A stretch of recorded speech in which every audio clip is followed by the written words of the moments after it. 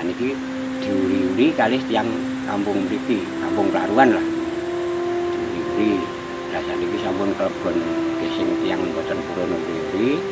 Nggih enten sebagian purun uri-uri punden mriki. Niku saged diramu damel herbal. Herbale kangge pokoke percaya Mas, asal percaya mriki kalih mbae mriki.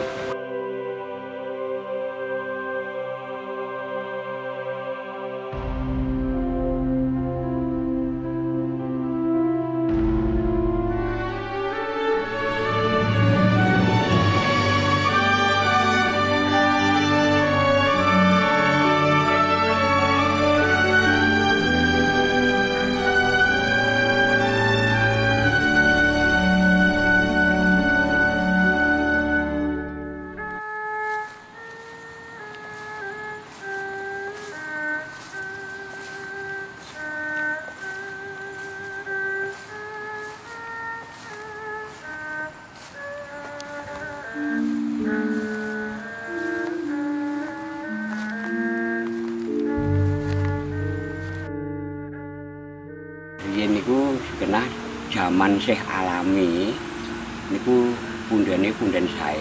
Lah namine punden niku jane nggih nek kula piyambak dereng ngertos ning nek anggap kula gigiti kalih tiyang sepuh riyen niku punden pengayoman. Sing dinarani pengayoman niku wonten geger wonten mriki saged damai mboten saged nutupi geger. Nah niki diuri-uri kalih tiyang kampung mriki, kampung Klaruan lah. Diuri-uri. Lah saniki sampun klebon sing tiyang mboten purun uri-uri. Nggih enten sebagian purun uri-uri punden mriki. Biasane pun tinggi napa mawon Pak yang sing mriki? Nggih kangge tirakatan.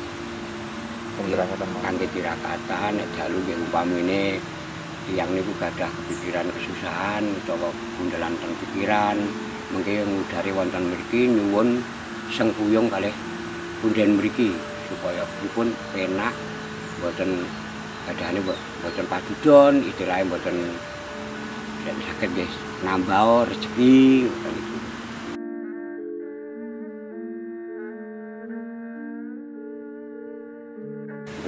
Wonten pantangan napa mboten Pak? Mboten pantangan napa-napa. Nek pantangane nek umpamine enten sing tiyang sanes, tiyang asing mlebet mriki tetep enten godaan. Niku mboten enten godaan.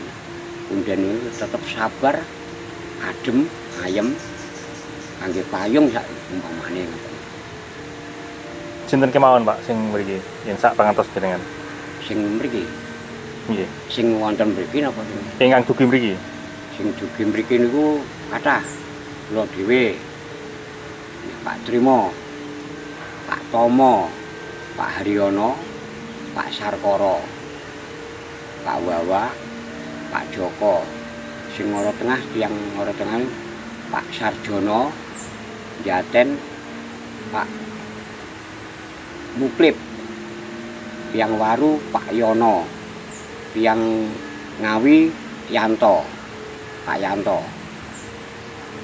Tiyang Paluritan Pak Joko, Palukilen niku. Tiyang Jogobondo Pak Wongso. Tiyang Turen Pak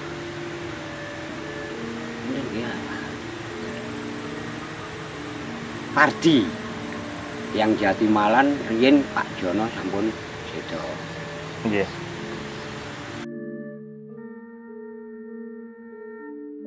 Ketiga niku toyonipun nggih sih samenten niku Pak? Tesih. Tiga ngerak niku mboten saged satu. Wong mriki upamane dikuras bersih niku tenggen suntikan niku saged munggul. Mungkin nek pun resik ngoten lah tiyang sing nguras niku wisuh utawa adus nggih mendete toya king mriki. Ngoten. Yen sak kemutan jenengan. Nggih.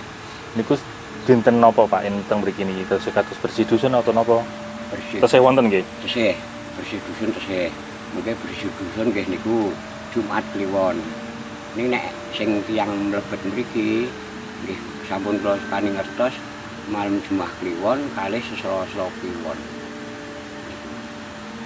Selasa Kliwon niku mungkin nek tiyang sing sae sing boten reget utawa tiyang resik niku sok saged ketiban wahyu. Selasa Kliwon niku temurune wahyu. Riyen nate Pak mriki niki didamel sing boten sae. Nate mriki niki. Nggih. Riyen niku malah jane sing alami Mas niki termasuk ngeten iki nggih. Terus boten dirawat. Nggih. Pripun nggih? Nek sing tiyang-tiyang sing pikirane boten sae mlebet mriki mungkin malah kecewa Mas.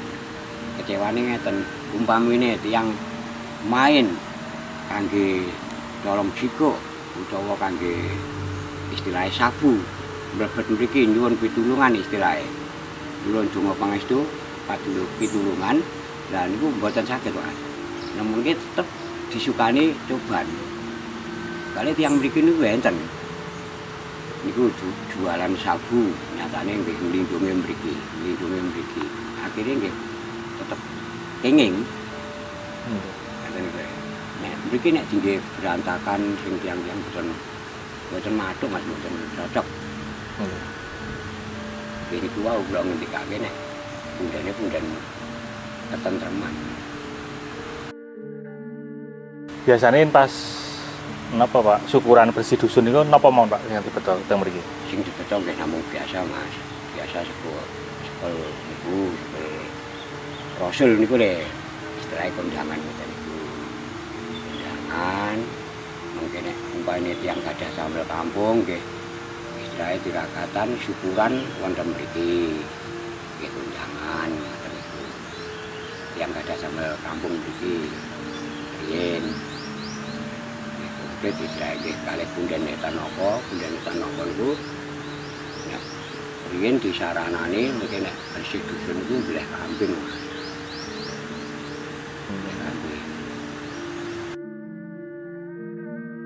Yen sak mangertos jenengan, Pak.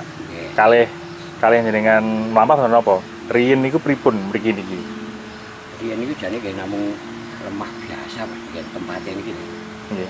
Wong pinggir-pinggir niku mboten enten mboten enten pagere. Namung galengan sabin niku. Galengan sabin keliling mubeng. Lah niku malah saged ngatur sing mrikine saged ngatur piyambak. Saged ngatur piyambake malah sae malah saged pripun ngoten nggih sae ngoten niku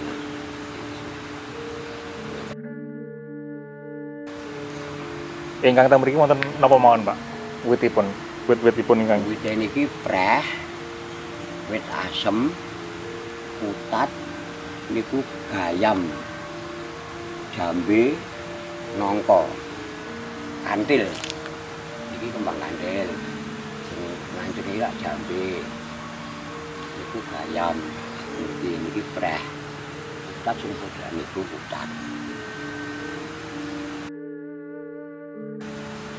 kagem napa mawon Pak yen sak mangertos jenengan nek umpamine nggih tiyang mriki nggih umpamine nyuwun upami tiyang gadah keluhan sing ngeten-ngeten nggih nyuwun donga pangestu teng mriki nggih napa kembang kantil napa godhong niku saged diramu didamel herbale kangge pokoke percaya Mas asal percaya mriki paling baik mriki sinajan godhong preh ning ajeng kula kangge tangga ten Jiwaraga niku saged Mas.